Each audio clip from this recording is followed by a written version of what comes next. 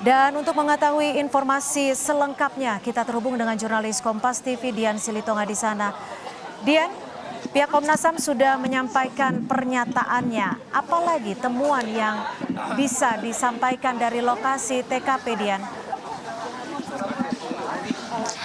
Ya, kalau secara lengkap memang belum bisa disampaikan seluruhnya oleh Komnas HAM, Ivo. Tapi seperti yang sudah kita dengarkan bersama, dalam olah TKP yang baru saja selesai dilakukan oleh Komnas HAM, ada beberapa hal yang memang sudah dipastikan oleh Komnas HAM. Tadi Komisioner Komnas HAM Khairul Anam menyampaikan bahwa melalui data-data, foto dan juga video yang dimiliki oleh Komnas HAM, ini tadi dicocokkan dengan TKP begitu ya. Contohnya adalah terkait dengan lokasi penembakan. Apakah betul seperti faktanya, kemudian juga posisi jenazah, dan kemudian juga melihat tembakan-tembakan yang dilontarkan di dinding, itu juga tadi diperiksa oleh pihak Komnas HAM. Nah, tadi Komnas HAM juga menyampaikan, Cynthia, bahwa olah TKP ini seperti yang dijanjikan merupakan tahapan puncak atau tahapan akhir setelah Komnas HAM berhasil mengumpulkan data-data, kemudian juga keterangan-keterangan dari sejumlah pihak yang memang diperlukan, dan tadi juga dijanjikan hasil setelah olah TKP dilakukan hari ini, Komnas HAM nantinya akan menyusun draft kesimpulan begitu ya, untuk nantinya bisa mengeluarkan rekomendasi. Kapan rekomendasinya bisa dikeluarkan? Tadi Komnas HAM mengatakan akan secepatnya, mungkin dalam pekan ini. Tapi tentu masih akan kita tunggu nanti kapan rekomendasi dikeluarkan. Karena tadi Komnas HAM juga mengatakan bahwa masih akan memeriksa atau mengupayakan memeriksa Putri Chandrawati karena dianggap penting untuk juga makin memantapkan konstruksi peristiwa pembunuhan Brigadir Yosua.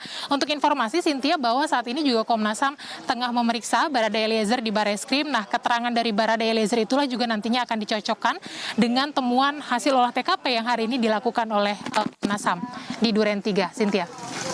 Iya, Dian, tadi Komisioner Komnas HAM juga menyampaikan bahwa pemeriksaan di lokasi TKP didampingi oleh tim Dokes, Inavis, dan Lapor. Apa saja temuan kolaborasi di antara Komnas HAM dan Dokes, Inavis, serta Lapor? Ya, kolaborasinya adalah memadupadankan data-data yang masing-masing sudah berhasil dikumpulkan tadi, Cynthia. Kalau dari Lapor ini tentu saja terkait dengan data-data foto, kemudian juga gambar, begitu ya. Ini kemungkinan dari CCTV, kemudian dicocokkan oleh Komnas HAM. Betulkah lokasi yang ada di foto atau mungkin juga di video ini sesuai dengan lokasi yang ada di TKP? Kemudian juga dari Dokes tadi melihat juga bagaimana keterangan-keterangan luka atau data-data atau karakter luka yang sudah dipelajari, ini juga dicocokkan dengan kronologis posisi jenazah, kemudian juga terkait dengan peluru tadi yang ditembakkan ke dinding, ini karakternya juga dipelajari apakah betul peluru yang ditembakkan ke dinding adalah memang peluru yang digunakan pada saat peristiwa. Hal-hal itu yang tadi dicocokkan terkait dengan apa saja yang berkaitan dengan peristiwa penembakan pada tanggal 8 Juli yang lalu begitu ya, terutama terkait dengan jenazah, juga terkait dengan peluru. Disesuaikan sesuai dengan TKP. Itu yang tadi dilakukan oleh Komnas HAM. Ya. Dan tadi juga menyampaikan beberapa kesimpulannya yang tadi juga sudah kita dengarkan bersama-sama yang disampaikan oleh Komisioner Komnas HAM Khairul Anam, Cynthia. Ya, Dian, tadi Khairul Anam juga menegaskan dengan sangat tegas dan berulang kali bahwa Komnas HAM menduga ada indikasi kuat terkait dengan obstruction of justice atau upaya menghalangi penyidikan. Sebenarnya poin-poin apa saja sih? Adakah informasi temuan dari Komnas HAM sehingga dengan begitu lugas, begitu tegas menyatakan adanya indikasi upaya menghalangi penyidikan?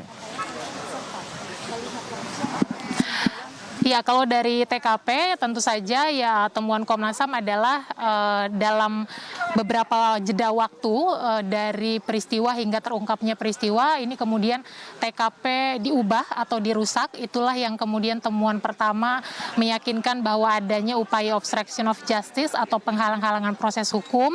Dan hal ini juga kita ketahui bersama memang sudah diakui oleh Irjen Verdi Sambo dalam pemeriksaannya di Makobrimob oleh Komnas HAM pada hari Jumat yang lalu.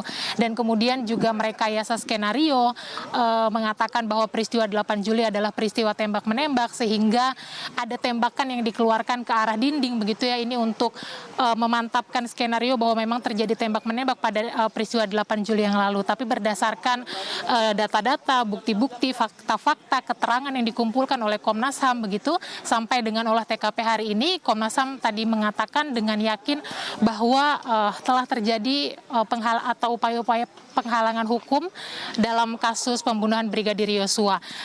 Tentu saja nanti kita akan cermati bersama juga, Cynthia, rekomendasi apa yang dikeluarkan oleh Komnas HAM selain memang terkait dengan upaya penghalangan hukum yang tadi sudah disampaikan oleh Khoirul Anam, Komisioner Komnas HAM. Apakah nantinya juga dengan lugas Komnas HAM akan menyampaikan rekomendasi terkait dipastikan ada pelanggaran HAM? Apakah nanti pelanggaran HAM-nya dikategorikan berat atau seperti apa, ini yang akan kita nantikan nanti rekomendasinya, Cynthia. Baik, terima kasih atas laporan Anda. Dian Silitonga melaporkan langsung dari lokasi TKP di Duren 3, Jakarta Selatan. Terima kasih, Dian.